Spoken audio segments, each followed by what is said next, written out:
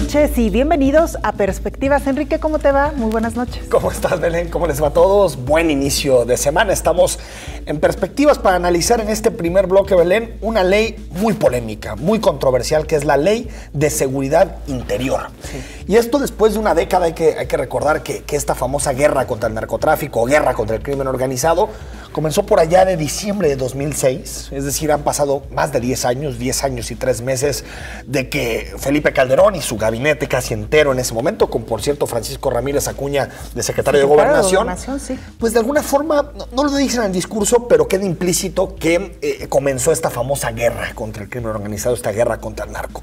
Y después de 10 años, Belén, no hemos sido capaces en este país de construir las policías sólidas, no infiltradas, como para poder combatir este problema que representa el crimen organizado y el narcotráfico en nuestra sociedad. Perdón, Enrique, por el paréntesis, pero es importante mencionarlo, que una de las características de esta guerra o esta llamada guerra contra el narcotráfico fue precisamente el uso del ejército para que enfrentaran, hicieran labores, digamos, de persecución, de sanciones para el llamado crimen organizado, lo cual había sido inédito hasta entonces porque teníamos un ejército de paz, ¿no? Un ejército que se dedicaba básicamente a labores sociales, más que de desastres naturales. Exacto. Y a todos los programas de M3 y todo eso. Pero hay que recordar que el ejército en las calles data prácticamente de finales de los 90 con Ernesto Zedillo, aunque en menos proporción. Sí. Después, si te acuerdas, Vicente Fox también utilizó al ejército casi al final de su administración, particularmente en Michoacán. Recordarás los descabezados y todo lo que sucedió en su momento en Uruapan, ¿no? Que fue trágico. Y después de ahí, Felipe Calderón decidió sacarlo de los cuarteles y prácticamente va una década en donde los militares no han regresado a los cuarteles. Y hay que decir que en esta década, pues, la imagen que los mexicanos tenemos del ejército se ha ido deteriorando de forma muy clara. Sí. Yo estaba revisando algunas encuestas de estima institucional y ha perdido casi 40 puntos de estima institucional, que es, yo diría, Belén, hasta cierto punto natural. El ejército, los militares, las fuerzas castrenses no están diseñadas, no están formados los militares para tener problemas de seguridad pública. Están formados para temas relacionados con la seguridad nacional. Y creo que ese es el grave problema. Violaciones de derechos humanos, lo que supimos de estas mujeres también y el enfrentamiento. Son un desgaste que ha tenido el ejército que creo, Belén, que es irresponsable. No porque se haya tomado en su momento la decisión de que el ejército saliera de los cuarteles, cosa que tendría también mis dudas, pero no creo que es lo más grave. Lo grave es que en una década, ni Policía Federal, ni policías municipales, ni policías estatales, la gendarmería es un fracaso. Es un fracaso. O sea, ese fue el gran proyecto. Hay que recordar que vino en su momento el policía Naranjo, ¿te acuerdas de la Policía Nacional de Colombia? Vino a asesorar a Enrique Peña Nieto desde su campaña para crear policías nacionales, una gendarmería que es como un cuerpo intermedio entre las policías y el ejército para digamos, enfrentar al crimen organizado, y no hemos sido capaces como país de crear un cuerpo policíaco sólido que pueda enfrentar al crimen organizado. Y de todo esto, Belén, surge la iniciativa de la Ley de Seguridad Interior. Ahorita vamos a analizarla a fondo, los puntos polémicos en particular, pero hay que decir que la Ley de Seguridad Interior en realidad es una ley que lo que busca es regularizar el hecho de que el ejército esté haciendo labores de seguridad pública. Porque lo que decían los militares es, oigan, llevamos una década en las calles y ni siquiera hay un marco normativo que nos permite estar de alguna forma cómodos en el sentido de saber que no estamos violando la ley. Entonces, de ahí surge la propuesta de la Ley de Seguridad Interior. Así es. Y bueno, algunos representantes de organizaciones en seguridad, particularmente derechos humanos, algunos académicos, han sido algunos grupos, Enrique, que han mostrado pues cierta preocupación, ¿no? Por esta Ley de Seguridad Interior, que hay que decirlo también, esta discusión pues ya se prepara en la Cámara de Diputados para precisamente garantizar lo que ya decías, un marco legal que acompañe la presencia del ejército en las calles. A ver, vamos por partes. El caso de la primera de los señalamientos que hacen organizaciones de la sociedad civil es que de alguna forma es una ley, como está trazada y como está redactada, que permite abusos. Es decir, que hay demasiada discrecionalidad en el uso de la fuerza. Hay que saber que bueno, el uso de la fuerza siempre es una prerrogativa del Estado en una democracia. Sin embargo, siempre le tenemos que poner a ese uso de la fuerza, le tenemos que poner muchos contrapesos y límites. Claro. Porque un gobierno que no tiene contrapesos y límites, y menos el ejército, se puede volver en un tirano. Claro. Entonces, lo que han dicho muchos especialistas, gente que conoce, como por ejemplo Alejandro Madrazo, un especialista en el tema del combate a las drogas, es que de alguna forma se está legalizando la militarización del país. ¿Qué significa militarización del país? Que los problemas de seguridad pública sean atacados por fuerzas castrenses, cosa que no es lo ideal, no es lo deseable. Lo deseable es que los policías sean los que se enfrentan a este tipo de temas y que el ejército se dedique a amenazas a la seguridad nacional y amenazas a la seguridad nacional desde el interior, como por ejemplo grupos terroristas, células guerrilleras que amenazan la estabilidad del Estado. Es decir, confunde y de alguna forma normaliza el hecho de que los militares estén haciendo labores de seguridad pública, cosa que hay que decir que es muy preocupante, ¿no? Claro, no, digo, baste recordar la experiencia que tenemos en América Latina con ejércitos fortalecidos que luego se desbordan y luego llegan al poder y, bueno, estas dictaduras de las que ya hemos sido testigos, ¿no? Y este es el segundo punto. Así es. Fortalece al poder militar. Y el hecho de fortalecer al poder militar, Belén, hay que recordar que México es el único país, y esto lo explica un poco nuestra historia, es el único país que no tiene un secretario de la Defensa Nacional civil.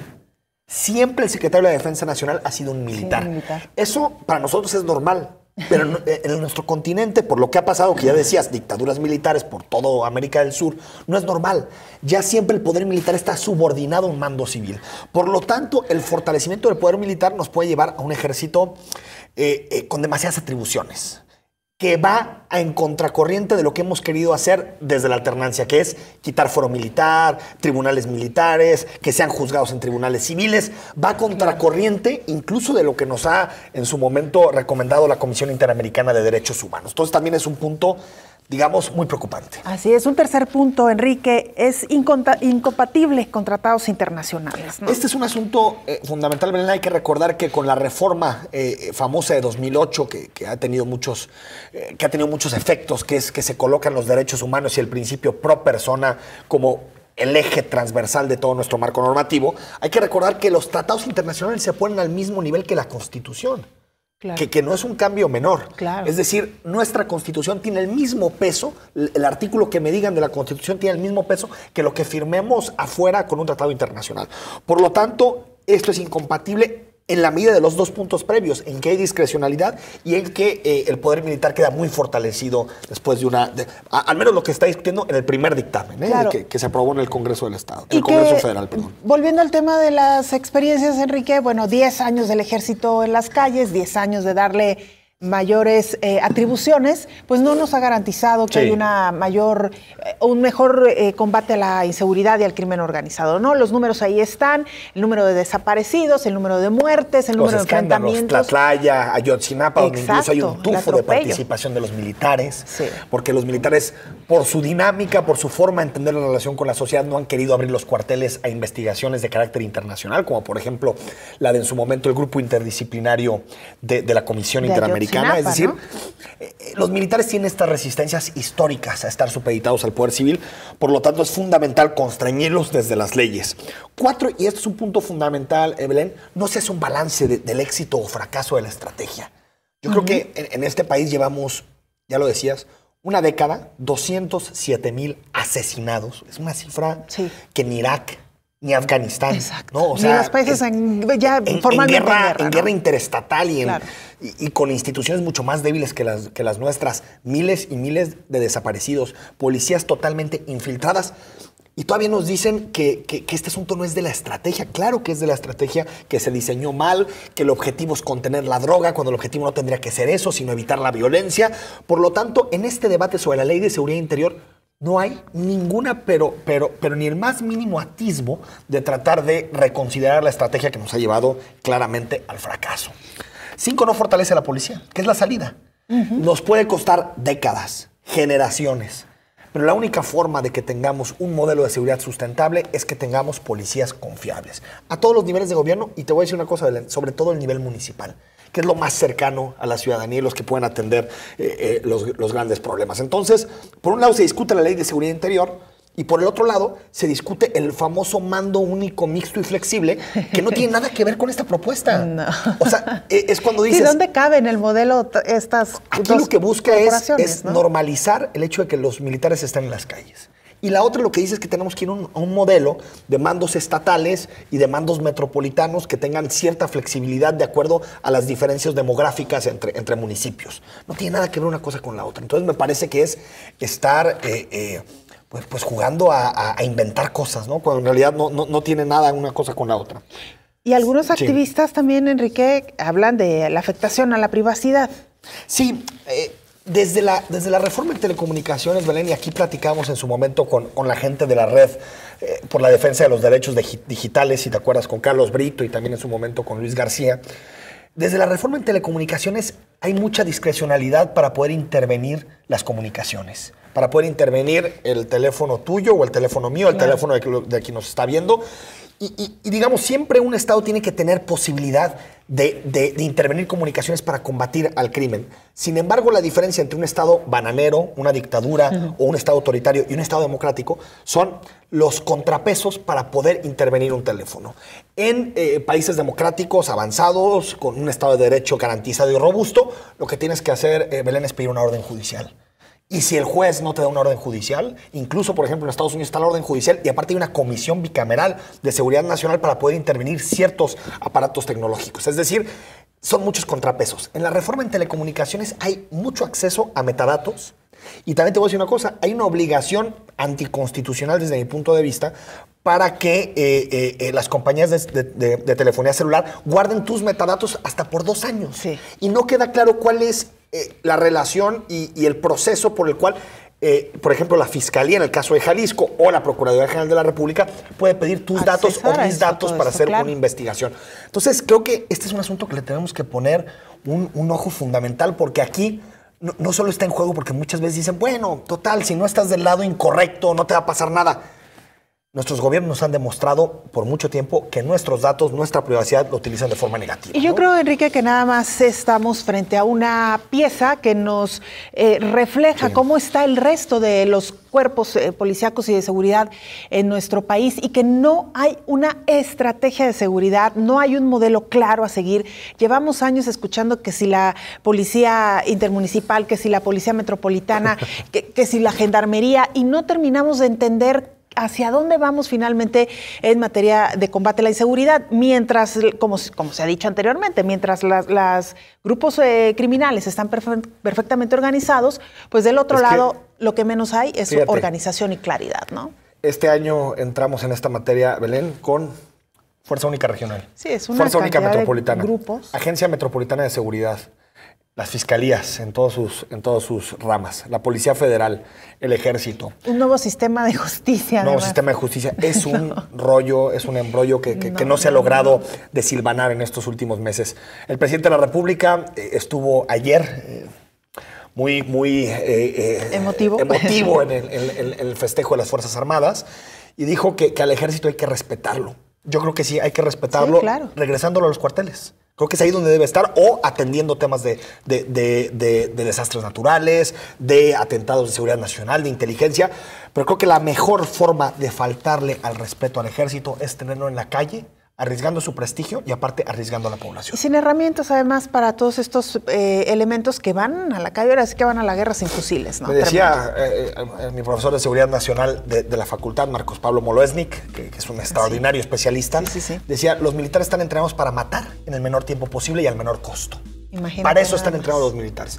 Desde la concepción misma de los militares, es imposible que se enfrenten a temas de seguridad pública donde hay proximidad, prevención, es decir, otra lógica totalmente distinta, y nos dicen que el problema es que hay 2 o 3 periodistas que critican a los militares, cuando el problema es quién sacó a los militares de los cuarteles y tampoco puso fecha de caducidad y no dijo cuándo iban a volver. Totalmente. Creo que ese es el problema estructural.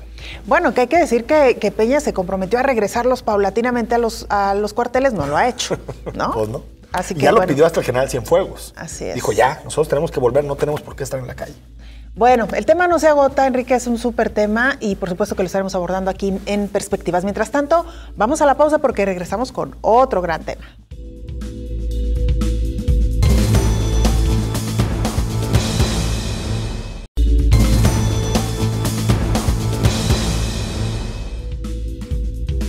Estamos de regreso en Perspectivas. Belén, algunos comentarios del tema de la Ley de Seguridad Interior. Es que nos apasionamos mucho con el tema, ¿no? Es sí, muy interesante. No, me parece que además es de primerísima importancia. Sí, ¿no? y aparte se vota esta semana. Así es. Jorge, la educación castrense no incluye la interacción con civiles, tomando en cuenta que una orden se ejecuta y no se cuestiona de entrada.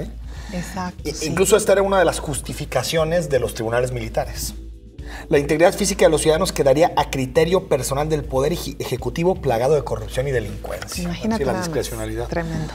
Antonio Hernández, el gobierno está en una encrucijada. Aprobar la ley que quiere el ejército para tenerlos a su favor, para que los protejan, pero a cambio les darían demasiado poder para un golpe de Estado. Bueno, lo que decíamos ya, un poco lo que nos dice la historia, ¿no? En México nunca hubo golpes de Estado ni dictaduras y el ejército militares. siempre estuvo subordinado al partido en el poder, pero sí, digo, eso nunca lo podemos descartar. Rafael H. 1838 dice, en ocasiones me parecen ridículos los puntos en los que se encuentran los retenes militares. O sea, las salidas de las ciudades, ¿no? A las entradas en carretera, sobre todo, ¿no? Sí. Pues sí, yo creo que también habría que tener un debate sobre eso. No sé qué criterios utilizarán, pero bueno, sí, habría que investigarlo un poquito más a fondo. Fela Pelayo, gracias por estar aquí con nosotros, Al diputada contrario, local. al contrario, muchas gracias por la invitación. Bienvenida, gracias por diputada. acompañarnos. Juan Manuel Franco, de la UASI, de la Unidad de Atención de Comunidades Indígenas de nuestra universidad. Gracias por estar aquí. Gracias por la invitación. Gracias por acompañarnos. A ver, se discutió en el Congreso del Estado, Belén, una ley para, digamos, en términos generales, para hacer de los pueblos indígenas sujetos de derecho público. Ese es, digamos, como el eje principal de la iniciativa. Parecía que todo iba bien, que iba a pasar la iniciativa, que iba a pasar y se iba a convertir en ley. Sin embargo, se votó en contra, bueno, más bien se abstuvieron PRI y PAN y votaron a favor de esta ley, me corregirás, diputada, MC, el Partido de la Revolución Democrática y el Partido Verde Ecologista de México. ¿Por qué no nos explicas un poquito la iniciativa y empezamos a discutir sus puntos finos? Claro que sí. Mira, esta iniciativa la empezamos a trabajar a inicios de esta legislatura. Sin embargo, el Partido Movimiento Ciudadano, el cual formo parte, ha venido trabajando en torno a cuestiones indígenas desde una legislatura atrás. Nosotros iniciamos con un recorrido en las diferentes comunidades que existen en el estado de Jalisco. Voy a hacer una mención de reconocidas y no reconocidas, porque en Jalisco únicamente se reconoce a los Wixárikari en el norte y a los nahuas en el sur. A pesar de eso, nosotros quisimos tener coherencia con lo que estábamos presentando y recorrimos comunidades que también forman parte de las comunidades de Jalisco, pero no son reconocidas por el Estado. Tenemos, por ejemplo, a la comunidad Coca, que está en Mezcala. Tenemos a indígenas urbanos, que por cierto se les refiere como indígenas migrantes, a pesar de que ya estamos en una tercera generación de indígenas. Aquí en la zona metropolitana se les sigue llamando indígenas migrantes. Eso también lo contemplaba esta ley. ¿Quién dice, la sociedad o el reglamento? La ley los refiere como indígenas migrantes, así es. En esta propuesta que hicimos también se contemplaba esta modificación para reconocerlos como indígenas urbanos, petición que ellos mismos nos hacen en este recorrido que hicimos, el cual constó en una consulta pública donde a través de la participación ciudadana los propios indígenas nos indicaron a nosotros qué era la necesidad que se tenía dentro de la legislación, qué teníamos que nosotros hacer para frenar un poco la brecha de desigualdad que se tiene en torno a asuntos legales. Muchas veces se confunde, oye, pero con esta ley deja de haber pobreza, con esta ley ya van a tener acceso a servicios públicos, etcétera. Son temas distintos, pero por supuesto esta ley tiene una repercusión implícita en la toma de decisiones del gobierno del Estado como de los municipios donde habitan comunidades indígenas. Una vez que hicimos este recorrido, a través de las asambleas, a través de autoridades indígenas y líderes de las comunidades, nosotros encontramos una petición que ha sido una recurrente a lo largo de ya 22 años, donde los zapatistas presentaron esta petición, ¿no?, de ser reconocidos como sujetos de derecho. A pesar de que el Estado mexicano escuchó la petición, a pesar de que se reunió con el ejército zapatista y se comprometió con los famosos acuerdos de San Andrés, hoy vemos nuestra ley, una constitución ausente del reconocimiento de la existencia de las comunidades indígenas. Y vuelvo, y más bien me regreso, Enrique, al punto que tú mencionabas. Actualmente la ley tiene reconocidas jurídicamente a las comunidades como sujetos de interés público. ¿Qué significa esto? Que están bajo la tutela del Estado, que es el Estado quien decide por ellos y no son ellos mismos los que toman las decisiones dentro de sus comunidades. Esta ley precisamente pretendía cubrir este aspecto en particular junto con algunos otros, pero sí el punto medular de esta iniciativa era el reconocimiento de las comunidades como sujetos de derecho. Desafortunadamente no pasó en el Congreso. Juan Manuel, ¿cómo ves la iniciativa? No sé si tú pudiste revisarla. Sí, nosotros desde la legislatura anterior estuvimos trabajando con Clemente Castañeda la propuesta para modificarla, porque también recibimos la petición o la queja de indígenas migrantes y del norte y del sur de que no se había contemplado esa modificación necesaria en la anterior ley, que era quitarle lo de sujetos de interés público y que fueran sujetos de derecho. Y nosotros trabajamos con FELA, como trabajamos con la anterior legislatura, en la Comisión de Asuntos Indígenas, para impulsar esta iniciativa y platicar con las comunidades sobre la diferencia entre una y otra. Una figura y la otra. Una figura y otra figura. Y hubo una excelente respuesta. Inclusive algunas de los pretextos para no apoyar la iniciativa, pues es que no se hizo la consulta. Y sí se hizo, que hay que reconocer el trabajo que hizo FELA y su equipo, y la UASI, también estuvimos ahí participando en el norte, en el sur y en la zona urbana. Pero o sea, sí hubo consulta, como dice FELA, se trabajó con los líderes y luego se hicieron reuniones con grupos más amplios para que la información bajara a las comunidades. Digamos que estas consultas son relativamente sencillas de demostrar que se hicieron. Supongo que habrá algún documento, habrá alguna evidencia, incluso preguntarles a los mismos líderes de estas comunidades por qué no se reconocen estas evidencias, si las podemos llamar así.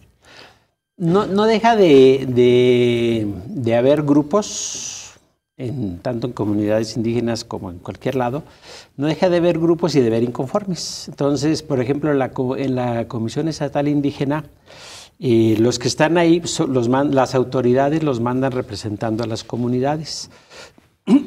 Y hay algunos de los que están en la CEI decían que no se había hecho la consulta. La verdad es que no los invitaron, efectivamente, sus autoridades a ellos a esas consultas, pero las consultas sí se hicieron. Bueno. Fela, ¿qué argumentos dieron tanto PRI como PAN para oponerse? Sí, mira, nada más para completar el dato de la consulta, nosotros efectivamente documentamos todo este recorrido que hicimos tenemos una relatoría que es pública, fue un trabajo pues bastante considerable, tenemos también videos, fotografías, tenemos algo que es mucho más válido que todo eso, la firma de todas las autoridades reconociendo esta solicitud y estas consultas. Entonces, yo las puse sobre la mesa en el Congreso. Desafortunadamente, pues no se dieron la tarea de revisar puntualmente esta información. El pretexto que se da por parte del PRI es que no se hizo una consulta, es que había que consultar a la iniciativa privada antes de tomar una decisión en torno a las comunidades indígenas. A mí me llamó mucho la atención esto porque entonces entramos en estos cuestionamientos que parten de una lógica, más allá del contexto indígena, más allá del contexto legal con el que pueda estar soportada esta iniciativa, del apoyo que tuvimos de diferentes academias, tuvimos efectivamente a la Universidad de Guadalajara, tuvimos al ITESO acompañándonos en este recorrido, en la creación de esta ley, tuvimos al CIESAS de Occidente me parece un fundamento ya bastante fuerte, ¿no? Para decir, bueno, pues... Te dijeron, le tenías que preguntar a Coparmex, a CCIJ. En el podium comentaban el tener que cuestionar a la Coparmex para tomar esta decisión. De manera automática surgen los cuestionamientos y entonces les pregunto yo públicamente en el Pleno del Congreso qué tendría que ver una institución privada tomando decisiones en torno a asuntos indígenas. Hoy no me han... ya pasaron creo que 8 días de que se votó en contra de esta iniciativa y sigo sin entender, la lógica de esto. Sin embargo, tenemos una historia que nos indica cómo la carencia que tenemos respecto a las leyes indígenas han permitido un despojo constante y han permitido que se tenga una situación que diferencia a las comunidades indígenas de los que no somos indígenas dentro de sus comunidades. Mantener el control de estos grupos por cuestiones políticas, que quizás sea uno de los temas que tengamos que abordar. Y también temas económicos, ¿no? Vamos al corte y seguimos platicando sobre el rechazo a la ley indígena.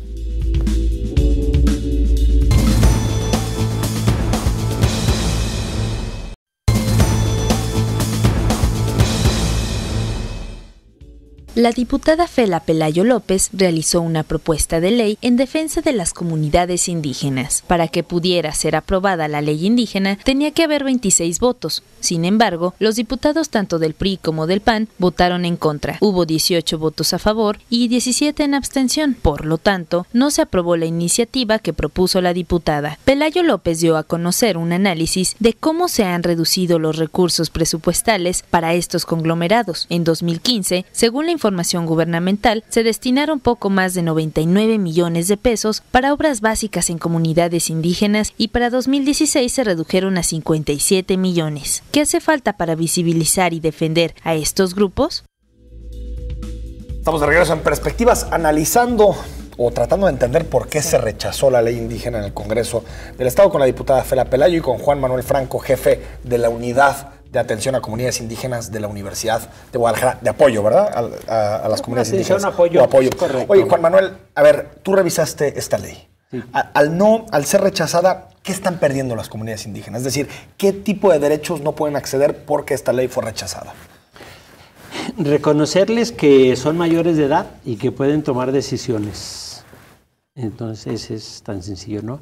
Esta ley les da la mayoría de edad. Se les reconoce la mayoría de edad y entonces ya pueden ellos tomar decisiones. Es decir, en esta visión de ser de interés público, lo que sucede es, y tú lo decías, Fela, que hay una especie como de paternalismo del Estado, donde les dice, pues yo tomo las decisiones por ti, pero tú como comunidad no tienes derecho a tomar tus propias decisiones. Y bueno, esa es una estrategia de todos los que han sido imperios o que han conquistado otros países o a otras culturas, es aniñar al otro, tratarlo como niño para dominarlo, para someterlo. Entonces, con esta ley se les reconoce la mayoría y la capacidad que tienen ellos de tomar decisiones sobre su forma de organizarse y lo que ellos quieran hacer con su territorio. De alguna manera hay pueblos que se consideran autónomos, que tienen sus propias leyes, sus propios gobiernos y que así lo han hecho de manera histórica. Sin embargo, creo que el tema va más allá, diputada. Si nos pudiera dar un ejemplo de cómo afectaría ya en concreto el que no se aprobara esta ley. Mira, esta ley, además del muy atinado comentario de Franco, en donde se reconoce el ser adultos, esta mayoría de edad, también protege de alguna manera los territorios que tienen, ¿no? La expropiación que se ha venido dando a lo largo de la historia es precisamente porque el Estado toma decisiones por ellos, y si al Estado le parece que su territorio es un buen territorio para algún proyecto de tipo energético, de tipo turístico, etcétera, etcétera, entonces el Estado tiene el derecho de hacerlo.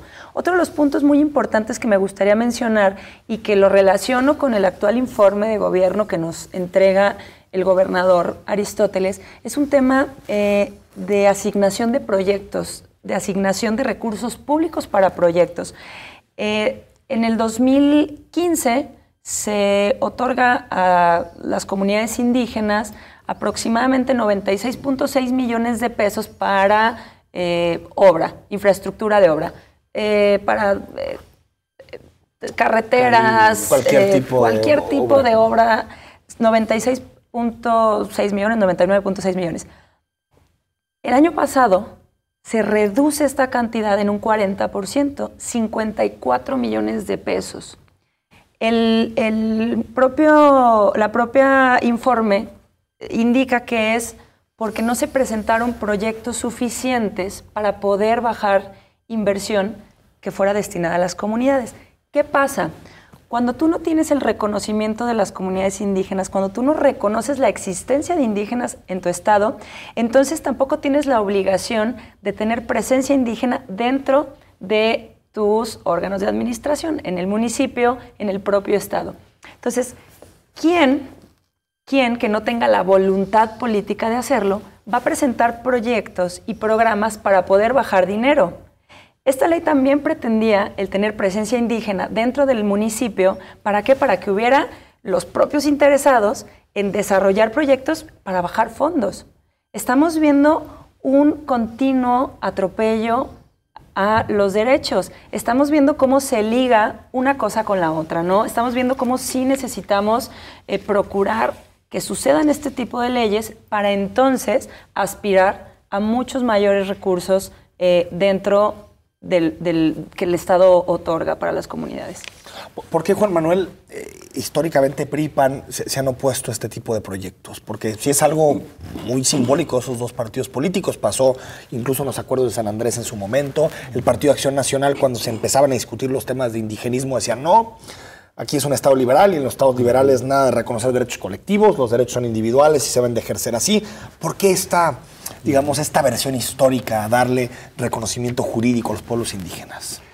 Sí, es reconocer al otro, que es diferente, y además reconocer también una deuda histórica que tenemos con las comunidades indígenas, porque siempre se les ha tratado de quitar, controlarles la vida, controlar su territorio y tomar decisiones por ellos.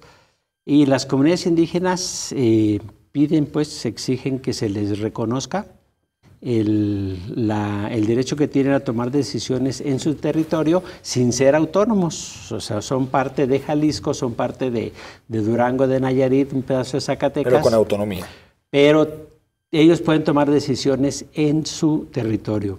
Y yo creo que el no reconocer al otro, aquí es fundamental, el no reconocer al otro y la visión que tienen de vida los huicholes es muy diferente a la que tenemos nosotros. Entonces sí tiene que haber un diálogo, o sea, hay que invitar a la Coparmex a discutir y analizar lo que los huicholes quieren, que los birraritari quieren. Pero no pedirles permiso. Pero sin pedirles permiso, porque son dos visiones muy diferentes. La visión de nosotros es explotar la tierra, la visión de ellos es cuidar la tierra. Son dos visiones muy diferentes. Y fíjate, sí, porque se me viene a la cabeza también en estados que históricamente fueron paternalistas, Ecuador, por ejemplo, con su constitución plurinacional, Bolivia también, que reconoce derechos clarísimos a los pueblos indígenas, y hasta naciones anglosajonas que supuestamente tienen más asimilado el canon liberal, como por ejemplo Canadá, que reconoce a los pueblos indígenas, a las First Nations, les reconoce muchísimos derechos. ¿Por qué en un país con millones y millones pero de además raíces profundamente indígenas, ¿no? Totalmente, raíces. Es difícil de entender que la clase política cierre tanto a reconocer este tipo de derechos. Sí, no. Por esa falta de diálogo, porque por no reconocer al otro es como lo ven inferior, entonces ¿para qué platicamos con él? También no sé si en la sociedad civil no hay mucha queja ante estos temas. Si la gasolina sube un peso, nos volvemos locos. Pero si hay un atropello contra una comunidad indígena, claro. Ahorita el rector de la Universidad de Guadalajara, el maestro Tonatiu, trae la idea de hacer de la universidad y la sociedad una sociedad incluyente. Entonces, ¿qué hacer para que tengamos sociedad incluyente y comunidades incluyentes, que la universidad sea una comunidad incluyente? Dialogar con el otro y reconocer al otro. Con sus derechos y también es un asunto de toda la sociedad. Digo, definitivamente estamos hablando de una minoría, ¿no? Si ponemos un contexto real en un número de habitantes según la CDI, nos indica que hay alrededor de 100,000 habitantes, que hay alrededor de 100,000 indígenas en nuestro estado. ¿Qué representa políticamente? Pues una minoría, ¿no? ¿Qué representa para la sociedad? Solemos ser sociedades donde si no te afecta a ti, difícilmente te involucras. Creo que también valdría la pena involucrarnos como sociedad y ver cómo podemos hacer para, si no me afecta a mí, saber que le está afectando al de al lado y por lo menos exigirle a su propio diputado, oye, ¿y tú por qué? A lo mejor a la gente sí le responde, ¿no? Oye, ¿por qué la votaste en contra? Claro. O sea, ¿qué hay realmente de fondo para este rechazo? Vamos a ver precisamente lo que opinan los ciudadanos en torno a este tema, si les parece. Pues es como si no nos reconocieran, a ver, de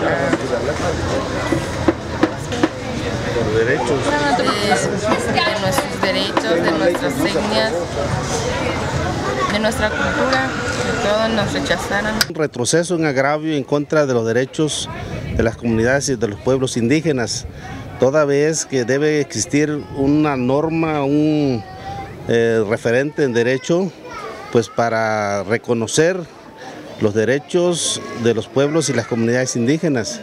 Y tenemos entendido de que esta ley iba pues precisamente buscando el que se reconozca a las comunidades, los pueblos indígenas, tanto de Jalisco como de los pueblos y comunidades indígenas migrantes. Por naturaleza debe de existir pues esa norma de derecho para poder pues darle lo que corresponde a las comunidades, a los pueblos, porque pues se supone que son los originarios, son los verdaderos mexicanos originarios de este país, y en la ley pues tienen algunos derechos, pero que en la práctica vemos que son letra muerta. Es un agravio pues a nuestro deber, o más que nada a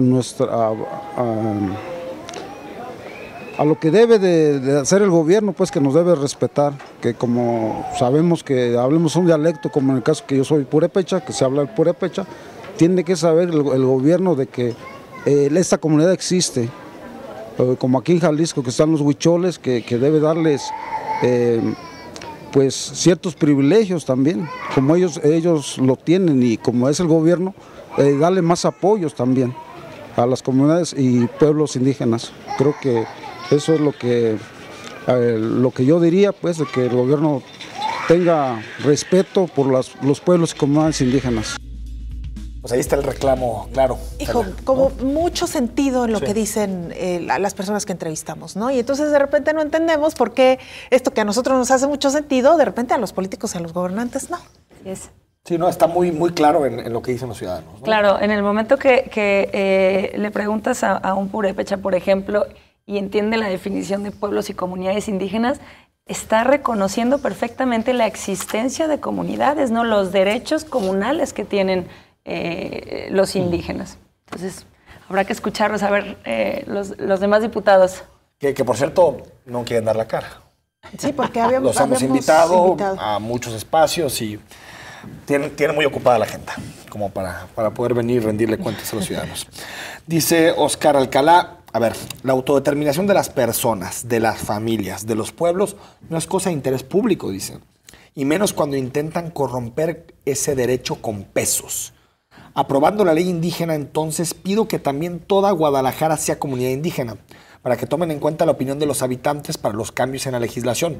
Nunca he sabido qué preguntan si somos afines a las decisiones de los legisladores. Mil gracias. No sé si quieren responder a este tema. Mira, precisamente el año pasado aprobamos la ley de participación ciudadana, donde los ciudadanos pueden hacernos propuestas respecto a las problemáticas que tienen.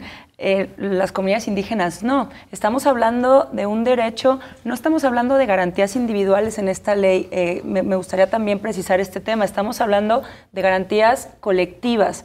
Estamos hablando de un derecho que además, si se dan la oportunidad de leer la ley, está en www.derechosconlosindígenas.com, se darán cuenta que también estamos poniendo los derechos humanos por encima de cualquier uso o costumbre que se pudiera tener. Existe mucha violación a los derechos humanos, se puede dar dentro de las comunidades y nosotros también lo estábamos previendo. Entonces, esto no es oye, entonces yo también quiero ser indígena para que me escuchen y para tener más derechos, para nada. Si realmente revisan el tema, cómo están las leyes, los indígenas con este mínimo cambio tienen mucho menos derechos que nosotros. Entonces, existen leyes específicas para toda la sociedad donde pueden involucrarse en las decisiones que tomamos dentro del legislativo y dentro de los gobiernos. Vamos al corte y regresamos también para que nos des tu opinión, Juan Manuel, sobre este mensaje que nos manda Oscar. Vamos al corte.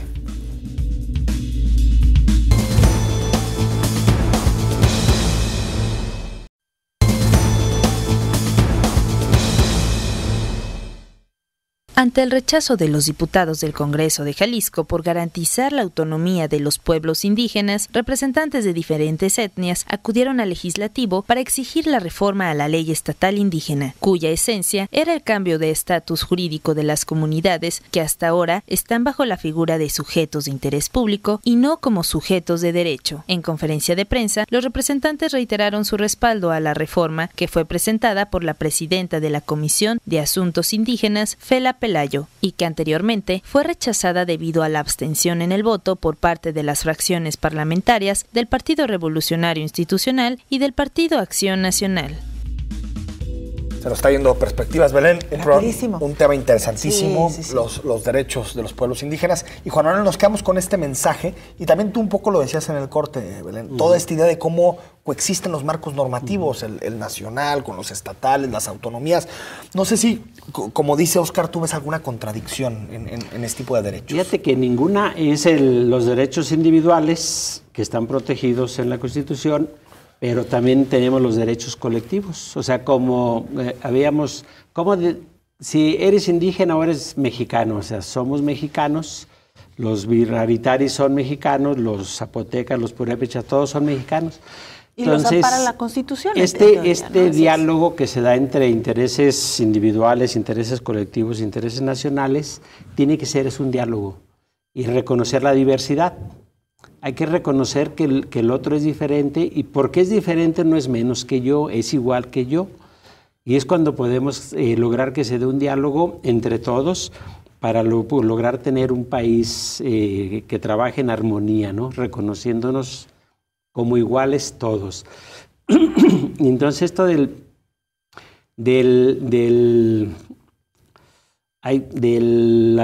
los derechos individuales y los derechos colectivos, lo que comentaba, los derechos humanos sí los tenemos que poner muy por encima de los derechos individuales y de los colectivos. Claro. Eso quiere decir que ninguna ley, por más autónoma que sea, puede violar derechos humanos. Exacto. Eso es lo primero que está en la Constitución. Pati Esparza dice: no los vamos a dejar que no se hagan el PRI y el PAN, solo quieren expropiar sus tierras. Estamos contigo, Fela Pelayo, dice Pati Esparza. Bueno, ¿qué han dicho precisamente estas comunidades una vez que se rechazó la iniciativa, diputada? Pues mira, precisamente ellos asistieron al Congreso 3 días después de que se rechazó esta iniciativa a dar su propio posicionamiento, ¿no? Muchas veces a nosotros nos toca dar la cara y ser la voz de quienes representamos, pero en esta ocasión y en este trabajo que fue en conjunto, en este trabajo que fue una petición que viene directamente a las comunidades, ellos mismos fueron al Congreso del Estado a manifestar su molestia por este tema. Hay 2 molestias en particular. Una, por supuesto, la esencia, que es el rechazo al reconocimiento, que además es un tema histórico. Esa es pues la molestia más grande, ¿no? Y hay otra también que llama mucho la atención. El día que presentamos esta iniciativa, y digo presentamos porque de verdad, o sea, vinieron las comunidades, me entregaron a mí la iniciativa de manera simbólica. Incluso el discurso que yo di en el Pleno fue un discurso que venía de frases que me habían dicho durante el recorrido las comunidades indígenas. Yo fui literal la voz de ellos. Claro. Y llamó mucho la atención que ese día estaba el Congreso lleno de indígenas, estaba lleno de cámaras, lleno de invitados, y se sumaron 32 diputados a la iniciativa. De estos 32, también habían diputados del PAN y el PRI. Ya les llamó, ya la tenía aprobada. 32 de 39. Sí. Claro, en el momento que un diputado solicita sumarse a una iniciativa, se convierte en coautor de la misma, ¿no? Entonces dijimos, pues ya estamos del otro lado, ¿no? Ya tenemos 32 pues presentantes de esta iniciativa, ¿no? Le llamó mucho la atención que a la hora de votar, pues no llegamos ni a 20 votos. Wow. Entonces, esa era una segunda molestia, ¿no? O sea, ¿por qué mientras estamos aquí frente a ellos no nos dicen, ¿sabes qué? No hay forma, no va a ser posible, porque pues por esto y por esto y por esto, ¿no? Es seguir sin dar la cara, seguir diciéndote que sí, y a la hora de la verdad Votar en contra. Votar en contra. Entonces, esa fue una molestia que también manifestaron y lo hicieron públicamente en una rueda de prensa. Fala Juan Manuel, pregunta Felipe García. Entonces, los indígenas, o más bien dicho, los autóctonos de este territorio, ¿no son considerados mexicanos y por lo tanto no están sujetos a nuestra Constitución? Mira, era un poquito la duda. Pues es lo que estaban discutiendo en el corte. No, por supuesto que son mexicanos, pero tienen características diferentes que les dan una personalidad propia. Sus usos y sus costumbres de entrada son muy diferentes. La lengua, los que todavía conservan una lengua, porque también hay un dato aquí interesante. Hay comunidades que no tienen una lengua, pero tienen una historia, tienen documentos de títulos virreinales que les dan también derechos históricos, ¿no? Exactamente, el derecho histórico, y digo, viene ligado a la historia, ¿no? El decir, oye, tú no eres indígena, pues entonces, ¿qué eres? Por supuesto que yo soy mexicana y tengo mi sangre y tengo mis raíces, y precisamente esas raíces, precisamente el que en nuestro estado, en el que nuestro país tengamos esta diversidad cultural, que tengamos la presencia de las comunidades indígenas con su propia cosmovisión, con sus usos y sus costumbres y con sus propias lenguas, es lo que nos da una riqueza y es lo que nos hace, y lo marca también la Constitución, una nación pluricultural. Si no la tuviéramos, entonces no seríamos una nación pluricultural y estaríamos careciendo de esta identidad que nos hace ser mexicanos. Incluso hay códigos jurídicos más avanzados, como hablamos Ecuador y Bolivia, que se definen como estados plurinacionales. O sea, que entienden, por ejemplo, el caso de Bolivia, los aymaras, como una nación que coexiste con la boliviana. Y México es de los más ricos, el más rico en América Latina de diversidad cultural. Entonces tenemos 68 pueblos diferentes, 68 lenguas diferentes y 300 y tantas variantes de esas lenguas. Aprovechando el día de mañana tenemos una riqueza impresionante en México, y es reconocer al otro que es diferente, que es indígena, pero como indígena pues, tenemos 68 grupos diferentes. Entonces todos son mexicanos. La filosofía del mestizo, del posrevolucionaria, invisibilizó a los indígenas, porque la idea era darle para adelante como una sola nación. El desarrollismo, ¿no? Invisibiliza a los indígenas, y ahora gracias a la globalización salen. Ahora, Juan Manuel, con una hipocresía de por medio, porque invisibilizamos a los indígenas en derechos, en acceso, pero era, digamos, una vuelta al pasado, era romántico. La mexicanidad estaba muy atado a lo indígena, ¿no? Es lo contradictorio de nuestra cultura, que hemos hecho lo que queremos con los indígenas, sin derechos, sin dinero, sin recursos. Discriminación, incluso un autoritarismo muy fuerte contra ellos, pero hablábamos de los pueblos indígenas de nuestro pasado como un pasado muy glorioso, ¿no? Exactamente. Pero si te das una vuelta en las cuentas de Twitter, por ejemplo, de muchos que rechazan esta ley, la foto con el indígena no falta, ¿eh? Claro. Eso sí. Oiga, diputada, antes de que se nos vaya el tiempo, ¿qué va a pasar con la iniciativa? ¿Se va a volver a presentar? ¿Hay la posibilidad de que estos grupos se amparen? ¿Qué va a suceder con esa iniciativa? Mira, yo tengo la posibilidad de presentarla dentro de 6 meses, según lo marca la Ley Orgánica del Poder Legislativo.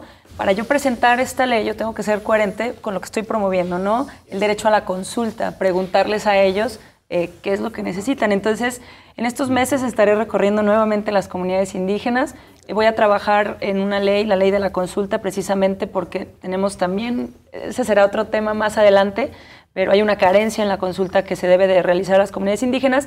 Y en esta, precisamente, visita voy a aprovechar para, pues, escuchar a las comunidades y también ver si están de acuerdo en que volvamos a presentar esta iniciativa, esperando un resultado mucho más favorable para ellos. ¿Ustedes seguirán colaborando con el tema? Sí, yo, con todo el apoyo a FELA para que esto sea una realidad. E invitar, si no se consultó a la Coparmex, invitarlos a dialogar, porque hablabas hace rato de qué bonita se ve la ciudad desde arriba, pero luego ves el smog, ¿no? Sí. De pronto vas hacia su territorio, al territorio Birraritari, y te das cuenta de que no nos morimos, no nos vamos a morir por el smog que hay aquí. Allá tenemos un pulmón impresionante. Tremendo, ¿no? Entonces sí necesitan apoyo los birraritari en su territorio para proyectos productivos, pero desde su visión. Y sustentables, ¿no? Desde la visión de ellos, no desde la de acá, porque la de acá destruye. Y la de ellos está en una constante reconstrucción de ese territorio. Tiene unos bosques impresionantes que nunca han sido explotados, lleno de fauna. Entonces ahí tenemos un pulmón impresionante y que debería de la iniciativa privada de invertir ahí, pensando en eso, en que ese pulmón nos da vida a la ciudad. Que sea un ganar-ganar y no solamente ganar, todo para acá, ¿no? Exactamente. Nos dice, Paco Talavera nos dice, es necesario fortalecer los derechos de los pueblos indígenas, igualdad de oportunidades desde las diferencias. Este me parece que es un muy buen mensaje, claro que sí, Paco. Dice Felipe García, sí tenemos el derecho a la participación ciudadana, entonces ¿por qué hacen sus ciclovías y reviven proyectos que van en contra de los intereses de la colectividad, como es la de Puerta Guadalajara, entre otros, ese problema en Zapopan? Pero fíjate, con el caso de Puerta Guadalajara, nosotros como comunidad, por supuesto que nos podemos amparar y nos reconoce cualquier tipo de instancia jurídica, claro, como comunidad, ampararnos ante proyectos de este tipo. Y el de las ciclovías, pues yo creo que es muy debatible, ¿no? O sea, unos diremos que en realidad... yo creo que son temas que hay que involucrar al municipio, hay que involucrar al Estado. Siempre el derecho a decidir, pero ahí el asunto de las ciclovías es de pronto cuántos ciclistas hay versus cuántos automovilistas, y no sé si es Pero lo dijiste muy claro, nosotros podemos ampararnos. Lo podemos ser, por supuesto. En el caso de estas comunidades, esos derechos ni siquiera, ¿no? Entonces, gracias. Muchas gracias. Juan Manuel, gracias por haber estado aquí con nosotros. Gracias por la invitación. Enrique, buenas noches y nos vemos el próximo miércoles 9 de la noche.